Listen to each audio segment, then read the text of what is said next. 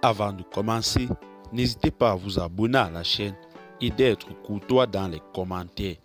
Lutte contre l'insécurité au Mali. Un drone détruit et 35 terroristes neutralisés par l'armée malienne.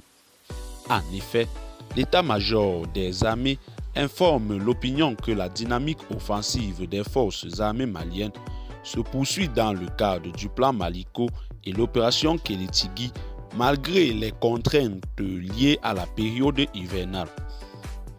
Depuis le dernier communiqué hebdomadaire en date du 6 septembre 2022, les forces armées maliennes continuent de consolider les succès tactiques avec des actions majeures contre des terroristes de plus en plus féroces.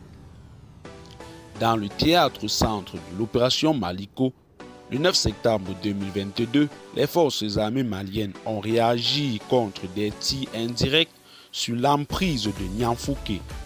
3 suspects interpellés ont été mis à la disposition de la prévôté, de la même que la découverte et la neutralisation de 2 engins explosifs improvisés.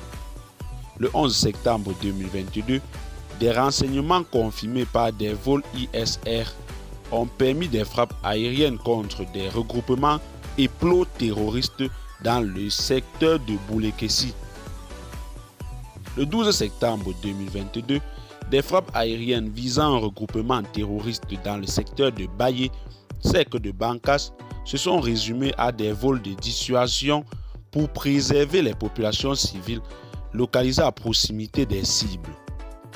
Le 15 septembre 2022, une mission d'escorte des forces armées maliennes en partance pour Sarakala a fait l'objet d'un incident d'engins explosifs improvisés survenu au niveau du village de Djofogolo, Sec de Makala, avec un bilan de 2 militaires blessés, un véhicule endommagé et 9 suspects appréhendés mis à la disposition de la prévôté et la récupération de divers matériels. Le 15 septembre 2022 également, un raid contre un plot logistique terroriste a permis de récupérer un véhicule forces armées maliennes enlevé en 2021, des flux de carburant et divers matériels dans le secteur de Boni. Le 16 septembre 2022, les forces armées maliennes ont procédé à la neutralisation d'un champ de plusieurs engins explosifs improvisés à 2 km de la position de Sorowel, située au nord-est de Nioro.